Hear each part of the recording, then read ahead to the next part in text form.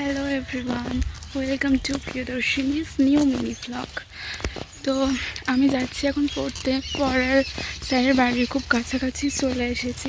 তারপর ভিডিওটা অন করেছি, কেন কি এই রাস্তা দিয়ে প্রচুর গাড়ি ঘোড়া যাতায়াত করে, সেই কারণে। আর প্রচণ্ড স্পিডেই এই রাস্তা দিয়ে গাড়ি যাতায়াত করে, ওই কারণেই আমি আর কি ভিডিও অন করতে পারিনি। এখন বাজে বিকাল 3:16। তো আমি সকালেও পড়া ছিল, সকালে পড়ে ফিরতে ফিরতে তোমার 1টা মতো বেজে গেছে। তারপরে স্নান করতে করতে খেতে টেতে সব মিলিয়ে ওই 1:45 মতো বাজে। তারপরে আমি ভাবলাম যে যদি একটু ঘুমিয়ে পড়ি তাহলে হয়তো আর উঠতে পারবো না, কেন কি সকালে উঠেছিলাম তখন প্রায় ওই 6:45 মতো বাজে। তো আমি 2:42 অ্যালার্ম লাগালাম, লাগিয়ে তারপর উঠলাম। উঠে তারপর রেডি হয়ে এই যে বেরিয়েছি। 45 মিনিট মতো বিছানায় শুয়েছিলাম শুধুমাত্র চুলটা শুকানোর জন্য। চুল আমার এখনও ভিজে, সেই কারণেই আর কি চুলটা খুলে রেখেছি। এই গরমের মধ্যে আমার এত ঘাম হচ্ছে। তো অনেক দিন ধরে আমি লং ব্লগ আপলোড করছি না বলতে ব্লগ আপলোড করছি ডেলি। দৈনন্দিন জীবনে আমি যা যা করি সেগুলো করছি না, মানে কি ক্যাপচার করা হচ্ছে না, ইচ্ছাও থাকছে না, করছি না। তো পুরনো যা যা ভিডিও ক্লিপ ছিল সেগুলোই তোমরা এখন দেখতে পাচ্ছ। মন শরীর কোনোটাই ভালো নেই। পাখি ডাকছে, এখানে তাল গাছ আছে, তাল গাছে আর কি পাখি ডাকে, শালিক পাখি। তো যাই হোক, মন শরীর কোনোটাই ভালো নেই। আর কিন্তু একটা জিনিস আজকে রিয়েলাইজ করলাম যে যে মানুষগুলো আমাকে আঘাত করছে বা কষ্ট দিয়ে মজা পাচ্ছে, আমি মারা গেলে কেউ তো আর আমার সাথে যাবে না। দিন শেষে জীবনের একটা চরম সত্য, যখন হিন্দু হয়ে জন্মেছি, আমি কোনো ধর্ম নিয়ে খারাপ কথা বলতে চাই না, কারণ এই অভ্যেসটা আমার নেই। আমি প্রত্যেকটা ধর্মকে সম্মান করি। আমি পার্সোনালি এটা বলবো যে হিন্দু হয়ে যখন জন্মেছি তখন মৃত্যুর পরে মুখাগ্নিটা তো নিজের রক্তের সম্পর্কের মানুষেরাই করে, অন্য কেউ তো করে না। আমাদের হিন্দু ধর্মের এটা নিয়ম। তো সেই মুখাগ্নিটা যখন আপন মানুষেরাই করবে, পোড়ানোর পর বাড়ি এসে আগুন টিঙিয়ে তারপরে ঘরে ঢুকবে, যাতে মৃত মানুষের আত্মাটা না চলে যায়, বাড়িতে আসতে পারে। তাই রিয়েলাইজ করলাম, ভাবলাম যে কি হবে বেকার আমার মন খারাপ করা নিয়ে, আমার শরীর খারাপ করা নিয়ে। আমার বাবা মা যখন এখনও পর্যন্ত কিছু আমার সাপোর্টে আছে, বলবো না, আমার কষ্ট হলে বোঝে, জানতে চায়, আমার শরীর খারাপ হলে একটু কিছু হলে ডাক্তার দেখাতে চায়, আমি মনে করবো আমি এইটুকু নিয়েই আমি হ্যাপি থাকা উচিত। এইটাই রিয়েলাইজ করলাম। তারপরে সেই কারণেই আর কি আজকে থেকে আবার ব্লগ দেওয়া স্টার্ট করব। তো এখন পড়ার ব্যাচে মানে আর কি স্যারের বাড়ির কাছে চলে এসেছি। তো পড়তে যাই, ছুটি হবে যখন বেরিয়ে আবার আমি ব্লগ স্টার্ট করব। তো আপাতত এই পর্যন্ত, পড়তে যাই, তারপরে আবার শেয়ার করব তোমাদের সাথে। এখন রাখছি তাহলে। হ্যালো এভরিওয়ান, তো আমার পড়া হয়ে গেছে, এদিকে সন্ধে হয়ে গেছে, আর রাস্তায় প্রচুর লোকজন। তাই আমি আর কি সামনে ভেসতে গিয়ে ভিডিও করছি না, কেন কি সামনে ভেসতে গিয়ে ভিডিও করলে সবাই তাকিয়ে থাকে এখানকার মানুষজন, শুধুমাত্র সেই কারণে। আর তারপর একটু সন্ধ্যাবেলা আমার একটু অন্যরকম কিছু খেতে ইচ্ছা করছিল, তাই অনেক দিন পর রান্নাঘরে ঢুকেছি। মা এতদিন যা রান্না করে দিত খেয়েছি, বেশ অনেকগুলো মাস হয়ে গেছে নিজে রান্না করি না। হ্যাঁ, সেদিন একবার করেছিলাম সাবুর খিচুড়ি, তোমাদের সাথে শেয়ার করেছিলাম, কিন্তু রেসিপি শেয়ার করা হয়নি। তো সেদিন করেছিলাম কেন কি সন্ন্যাসী নিয়েছিলাম, অনেক সাবু ভিজানো ছিল সেই জন্য। তো আজ আবার বানাচ্ছিলাম সাবুর খিচুড়ি। তো যেটাই করছি আজ সবটাই নিরামিষ। তো অনেক দিন কড়া মুচমুচে আলু ভাজা খাওয়া হয় না, তাই আর কি আলু ভাজা করছিলাম। এই তো আমার আলু ভাজা হয়ে গেছে কড়া একদম। তো তাই নামিয়ে নিলাম। আর ওভেনে তেল আছে এখনও, তো এতে আর কি ঢ্যাঁড়সও ভাজবো, আবার এতে আর কি তোমার ওই এটাও বানাবো, সাবুর খিচুড়িটাও বানাবো। আর পাশে আর কি ছোলা ভিজোতে দিয়েছিলাম। তো এই তো তারপর দিয়ে দিয়েছিলাম ঢ্যাঁড়স। আর জানি না কেন এই ভেন্ডি ভাজলে আর কীরকম ওই আঠালো টাইপের ওই যে সাদা সাদাই থাকে, যেহেতু আজকে আমি মা ছিল না তাই জিজ্ঞাসা করিনি যে কিছু দিলে ঠিক হয়ে যাবে কি না। তো মা রান্না করলেও মনে হয় একই রকম হয়, বাট আমার মা ঢ্যাঁড়স ভাজাটা ভীষণ সুন্দর করে বানায়। তো আর ওই যে আঠালো আঠালো ওটা থেকে এত পরিমাণে তেলটা ছিটকাচ্ছিল, অল্পই তেল ছিল তাতেও আমার হাতেটাতে ওই দেখাচ্ছিলাম আর কি তেল ভর্তি হয়ে গেছে। তো আমি ভাবছিলাম যে একটু নুন দিলে হয়তো আর কি এটা একটু কমে যাবে, তাই আর কি একটু নুন দিয়ে আবার নাড়াচাড়া করছিলাম। যদি কেউ তোমরা জেনে থাকো ওই ঢ্যাঁড়স কাটার আগের আঠা বের করার জন্য কি করতে হয় তাহলে প্লিজ কমেন্টে জানিও। যাই হোক, তোমরা দেখতেই পাচ্ছ আমি যতই খুন্তি নাড়াই না কেন, যতই ভাজার চেষ্টা করি না কেন, ওই রকম আঠালো আঠালো পুরোপুরি জড়িয়ে যাচ্ছিলো। যাই হোক, তারপরেও আমি আর কি কিছুক্ষণ ধরে নাড়াচাড়া করছিলাম যাতে আর কি ঠিকঠাক মতো আর কি হয়ে যায়। অনেকটা ওই কেমন বলো তো, মিষ্টি পাক দিলে যেমন মিষ্টির রসটা হয়ে যায় ওই রকম। তো যাই হোক, তারপরে এই তো ঢ্যাঁড়স ভাজা নামিয়ে নিয়েছিলাম আর কড়াই তেলে দিয়ে দিয়েছিলাম হচ্ছে শুকনো লঙ্কা। তো এই তো তারপর ফোড়ন হিসাবে আমি দিয়েছিলাম অল্প 1 চিমটে মতো মেথি আর জিরে। মেথিটা দিয়ে দেখো তোমরা যদি কখনো করো, খুব সুন্দর সেন্ট হয় নিরামিষ রান্নাতে মেথি। জিরে আর কাঁচা লঙ্কা বলছি শুকনো লঙ্কা বেটে দিলে তো ভীষণ ভালো হয়, কিন্তু বেটে দিলে আমার হাত জ্বালা করে তাই আর কি দিইনি। তো যাই হোক, তারপর এতে দিয়ে দিয়েছিলাম হচ্ছে আলু আর গাজর।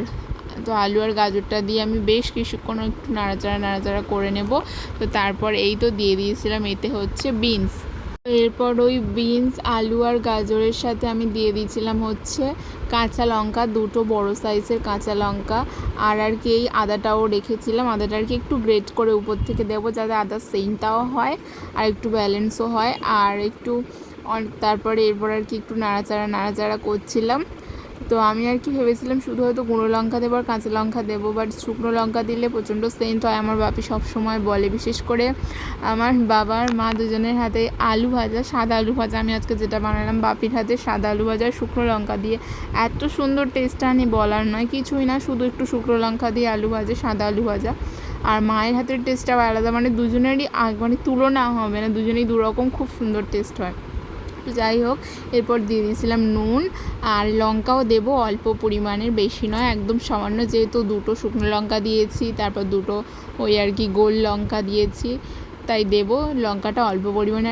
যাই হোক, আমি অল্প পরিমাণের লঙ্কা দিয়ে দিয়েছিলাম আর দিয়ে দিয়েছিলাম হচ্ছে 3-4টে মতো বাতাসা। আমার কাছে চিনি ছিল না তাই আমি বাতাসা দিয়েছি, তোমাদের যদি চিনি থাকে তাহলে চিনি দিতে পারো।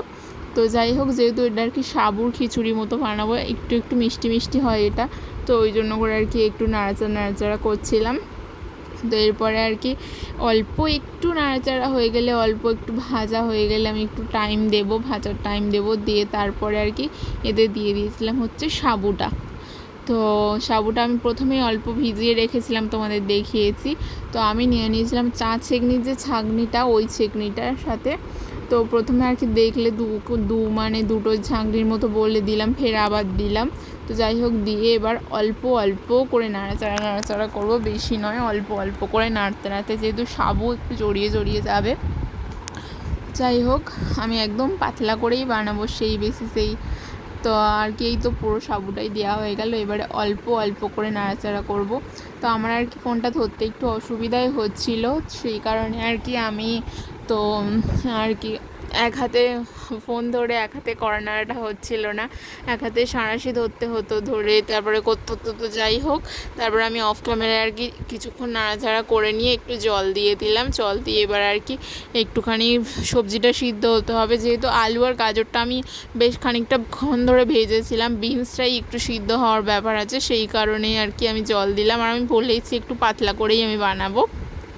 তো যাই হোক, এই তো হয়ে গেল, আর আমি ওভেনটা এবার দিয়ে দেবো আস্তে। তো এই তো ওভেনটা একদম আস্তে দিয়ে দিলাম যাতে একটু সিদ্ধটা হয় ভালো করে। আর এর উপরে এই তো ঢাকনাটা দিয়ে দিলাম যাতে ধোঁয়াটা না বাইরে বেরিয়ে যায়, ভিতরে এইভাবে থাকে। তো তারপর এই তো হয়ে গেছিলো সিদ্ধ। আমি আর কি অল্প করে নাড়াচ্ছিলাম আর দেখছিলাম যে সবজিটা সিদ্ধ হয়েছে কি না। তো দেখলাম যে একটুখানি কাঁচা আছে, যদি আর একটু ঢাকা দিই তাহলে হয়তো হয়ে যেতে পারে টোটালটাই। তো তারপর আমি অল্প একটু নাড়াচাড়া করে নিলাম, নিয়ে আবার খুন্তিটা পাশে রেখে দিলাম, দিয়ে আবার ঢাকাটা দিলাম, আরও বেশ একটু কিছুক্ষণ সিদ্ধ হতে হবে। তো যাই হোক, এই যে আর কি লঙ্কাটা, ওই লঙ্কা, ওই বুলেট গোল গোল লঙ্কা হাত দিয়ে ছিঁড়ে, তো সেই কারণে আমার হাতও দাউ দাউ করে জ্বলছিল, আর ওই হাত আমি মুখে দিয়েছি সেটাতেও দাউ দাউ করে জ্বলছিল। সেই কারণে আমি মুখে 2-3 বার জল দিয়ে ধুচ্ছিলাম, তাও কিচ্ছু হচ্ছিল না।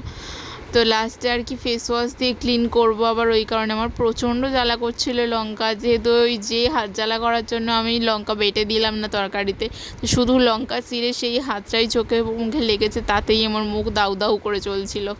তো এই তো তারপর চলে আসলাম একটু ফেস ওয়াশ নিয়ে আর কি মুখটা ক্লিন করার জন্য। আমি গুড ভাইবসের উত্থান ফেস ওয়াশটা ইউজ করি, আমার স্কিনের সাথে এটা খুব ভালোই যায়। যে তোমার oily skin, face wash use করার পর মুখটা একটু রিফ্রেশ ফিল হয়।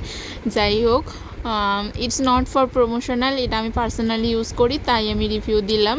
আমার যেহেতু প্রচণ্ড অয়েলি স্কিন, যাদের খুব অয়েলি স্কিন আছে তো এটা ইউজ করে দেখতে পারো। তো যাই হোক, এরপর আমি আর কি ফেস ওয়াশ দেওয়ার পরে আর কি ওই ওপর থেকে যেরকম আর কি জল নিয়ে ধুয়ে দিচ্ছিলাম। আর কিছুক্ষণ আগেই পাম্প চালিয়েছিল বাবা, সেই কারণে জলটাও খুব ঠান্ডা ছিল, মুখে দিতে ভালো লাগছিল, কিন্তু যখনই জলটা দেওয়া শেষ হয়ে যায় তখন আবার দাউ দাউ করে চলতে থাকে। তো আমি হাতটাও ভালো করে ধুলাম, আবার মুখটাও ভালো করে ধুলাম।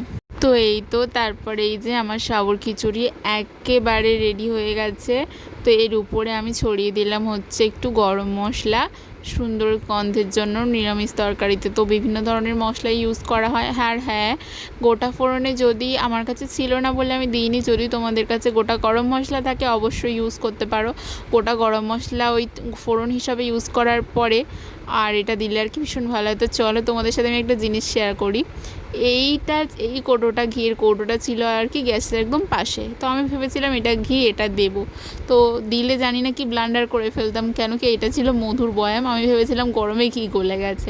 তো যাই হোক, আমার প্রভু সবসময় আমার সাথে আছে, সেই কারণে হয়তো ব্লান্ডার টাচ করিনি। হ্যাঁ, এর আগে কিছু করেছিলাম, কিন্তু এবার কিছুদিন ধরে আমি নোটিস করছি ভুল করার আগে আমি নিজেই সেটা রিয়েলাইজ করি, বুঝতে পারি। তো যাই হোক, আমি অন্য ঘি ইউজ করেছি, ভিতর দিয়ে আরেকটু বড় কৌটো সেটার ঘিটাই দিয়েছি, দেখলাম যে ওইটা আর কি শক্ত আছে, যেরকম থাকে সবসময়, এইটা গলে গেছে। তাই আমার প্রশ্ন হলো যে একই গরম যদি হয় তাহলে দুটো ঘি গলে যাওয়ার কথা, এটা কেন গলছে না? মুখ খুলে গন্ধ শুকে বুঝলাম যে না, ওটা মধু।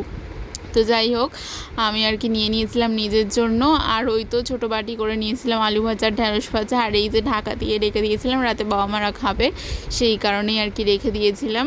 আমি আর কি চামচ দিয়ে নিলাম, বেশিই নিইনি, অল্পই নিয়েছি, তোমরা আবার ভেবে নেও না যে বেশি। তো যাই হোক, তারপরে এই যে নিয়ে বসে পড়েছিলাম খেতে, আর আমি ছাদেই বসেছিলাম। লাইট না থাকলেও আমি ফোনের আলো দিয়ে খাবো, কিন্তু ছাদে প্রচণ্ড ঠান্ডা হাওয়া দিচ্ছিল, সেই কারণেই আর কি আমি ছাদে নিয়ে বসেছিলাম, শুধুমাত্র এই কারণে। খুব ঠান্ডা হাওয়া হচ্ছিল। আর এই যে ওই আকাশে চাঁদ উঠেছে, সেটাই তোমাদের সাথে শেয়ার করছিলাম। আমি আর কি হাত বাড়িয়ে যখন দেখাচ্ছিলাম তখন একটা যেন শুভ্র আলো স্বচ্ছ ছায়া পড়ছিল। তো যাই হোক, আজ এই পর্যন্ত। তোমরা সবাই অনেক অনেক ভালো থেকো, দেখা হবে অন্য কোনো ব্লগে।